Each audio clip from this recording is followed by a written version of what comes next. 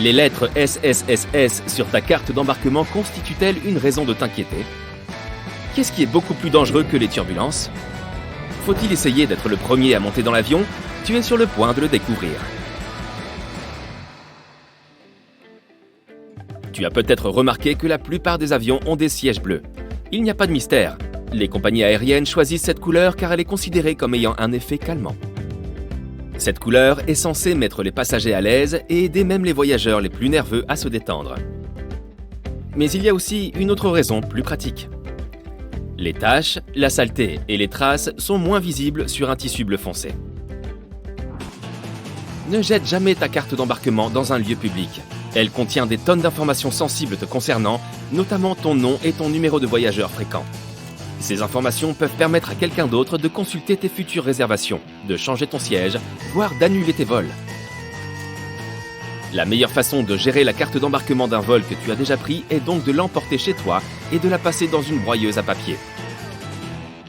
À propos, si tu vois les lettres SSSS ou S sur ta carte d'embarquement, prépare-toi à des contrôles de sécurité supplémentaires. Au lieu de ces lettres, il peut y avoir un motif damier.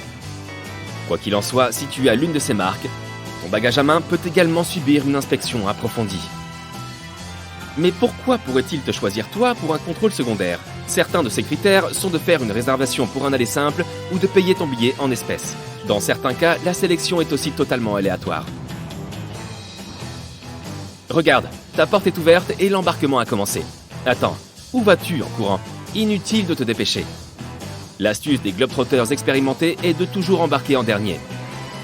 D'abord, tu ne perds pas de temps à faire la queue. Ensuite, il y a moins de gens sur la passerelle et dans l'allée. Et tu passes finalement moins de temps dans l'avion. De toute façon, personne ne va prendre ta place, tu sais. Cependant, il y a une exception. Si tu as un bagage à main volumineux, il peut être plus judicieux de ne pas embarquer en dernier. Sinon, il y a de fortes chances que tout le compartiment à bagages soit occupé avant que tu arrives à ton siège. Ton bagage pourrait alors se retrouver dans une autre partie de l'avion et tu devras attendre que les autres passagers débarquent avant de pouvoir le récupérer. Flûte! Avant le décollage et l'atterrissage, les agents de bord actionnent généralement un petit interrupteur sur la porte des toilettes. Cela l'empêche de s'ouvrir quand elle n'est pas censée le faire. Avec la même facilité, un agent de bord peut ouvrir la porte lorsque quelqu'un se trouve à l'intérieur. Il suffit de soulever le panneau toilette et de mettre la poignée en position déverrouillée. Les pilotes ne se soucient pas franchement des turbulences. C'est parce qu'ils savent qu'il existe une chose bien plus dangereuse que n'importe quelle turbulence. Les courants ascendants. Dans la plupart des cas, les turbulences te font chuter de quelques mètres seulement, même si tu as l'impression de tomber de l'Empire State Building.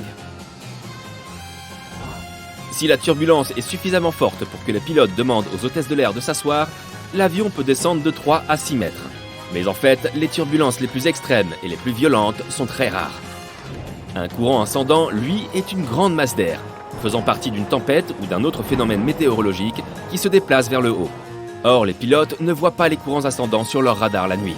Et lorsqu'un avion en rencontre un, c'est comme s'il roulait sur un énorme dodan à 800 km/h. Un courant ascendant est également extrêmement dangereux, car il peut pousser un avion vers le haut à des altitudes dangereuses. Les avions modernes sont équipés d'un système spécial qui détecte les autres avions, les montagnes et différents objets solides sur leur trajectoire. À 16 km d'un autre avion, et une voix dans le cockpit commence à répéter « Trafic, trafic ». 8 km de plus et la même voix commence à donner des instructions aux pilotes. Les avions peuvent fonctionner avec un seul moteur, même pendant le décollage et l'atterrissage. Une panne simultanée des deux moteurs est presque impossible à imaginer. Mais dans ce cas, un avion ne tomberait pas du ciel comme une pierre. Les pilotes auraient jusqu'à 20 minutes pour trouver un endroit approprié pour atterrir. La façon dont la cabine est pressurisée a un effet important sur tes papilles gustatives. Tu perds jusqu'à 30% de ta capacité à goûter les choses sucrées et salées. En d'autres termes, ce n'est pas que les aliments servis dans les avions ne sont pas goûteux, mais tu ne ressens pas leur saveur. C'est aussi la principale raison pour laquelle les sociétés de catering des compagnies aériennes ajoutent du sel et des épices aux plats qu'elles préparent. Mais tu sais ce qui pourrait t'aider? Des écouteurs anti-bruit. Pour une raison mystérieuse qui a probablement une explication scientifique, le fait de couper tout le bruit environnant peut aider tes papilles gustatives. Chacun de ces dings que tu entends pendant le vol a aussi sa propre signification. Dans la plupart des compagnies aériennes, un boom peu après le décollage indique que le train d'atterrissage est en train de se rétracter. 3 dings consécutifs signifient qu'il y a plus d'urgence qu'un seul. Une sonnerie aiguë informe les membres de l'équipage que leurs collègues ont besoin d'eux dans une autre partie de l'avion. 3 sonneries basses signifient qu'il y a de sérieuses turbulences à venir. Les membres de l'équipage sont censés ranger les chariots de repas, prendre place et attacher leur ceinture. Si tu es un passager nerveux, choisis un siège au milieu de la cabine. Les turbulences affectent principalement les parties avant et arrière de la cabine. La partie centrale, qui se trouve au-dessus des ailes, ne tremble pas autant. Les pilotes et les copilotes prennent des repas différents. La raison de cette précaution est très simple. Imagine que les 2 pilotes mangent le même plat et qu'ils aient une intoxication alimentaire. Dans ce cas, aucun des deux ne sera capable de contrôler l'avion. S'ils veulent toujours avoir le même plat et ne veulent pas accepter de prendre autre chose, il y a un filet de sécurité. Les pilotes ne prennent pas leur repas en même temps. Si un pilote a mangé le plat et se sent toujours bien plusieurs heures plus tard, l'autre pilote peut lui aussi prendre son repas. Que dirais-tu si on te demandait quel est l'endroit le plus dégoûtant dans un avion? Non, ce n'est pas le siège des toilettes. Ce n'est même pas dans les toilettes. Les hôtesses de l'air recommandent de faire particulièrement attention aux appuis-têtes, aux pochettes des sièges, aux tablettes et aux ceintures de sécurité. Des expériences ont montré qu'un tiers de toutes les ceintures de sécurité sont couvertes de champignons et de moisissures. La plupart des tablettes sont couvertes de bactéries. Les poches des sièges sont également très sales. Mais les appuis-têtes sont les plus sales de tous. Dans la plupart des cas, les agents de bord n'ont pas le temps de les changer ou de les désinfecter entre les vols.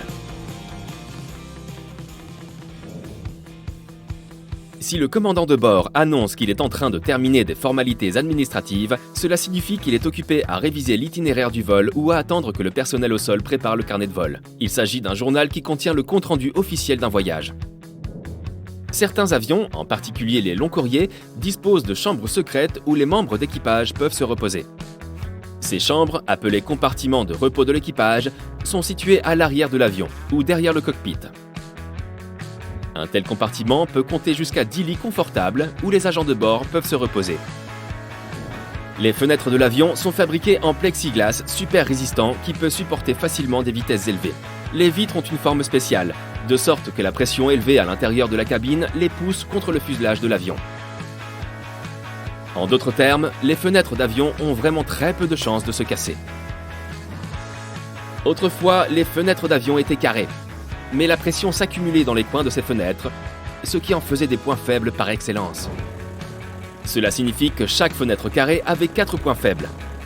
Ils étaient donc susceptibles de s'écraser sous l'énorme pression des hautes altitudes.